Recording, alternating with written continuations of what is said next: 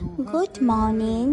আজকে সকালটা না আমার জন্য খুবই সুন্দর ছিল আর মনটাও খুব ভালো ছিল। কেন সেটা না ঠিক বলতে পারবো না, হয়তো বা ওয়েদারটা সুন্দর ছিল তাই। Hello everyone, welcome to my new another daily blog.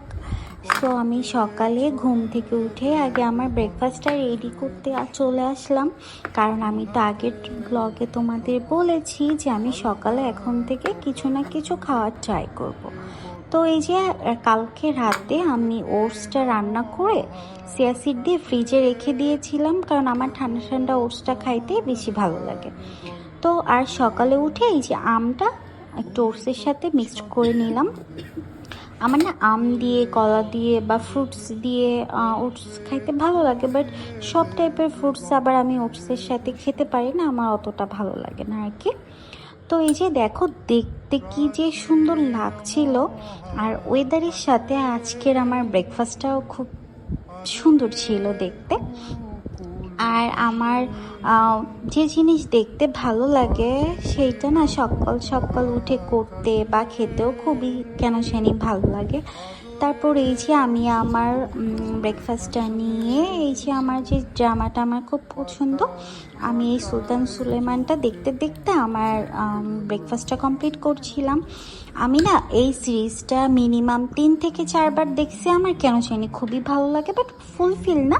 প্রথমে একবার শেষ করছি, তারপর এগুলা শেষ করা হয়নি। প্রথমের দিকের সিরিজগুলাই মানে এপিসোডগুলোই আমার বেশি ভালো লাগে। তো আমি আমার ব্রেকফাস্টটা কমপ্লিট করলাম, আর আজকের ওয়েদারটা জাস্ট দেখো, মন ভালো করে দেওয়া একটা ওয়েদার বলে না তাই।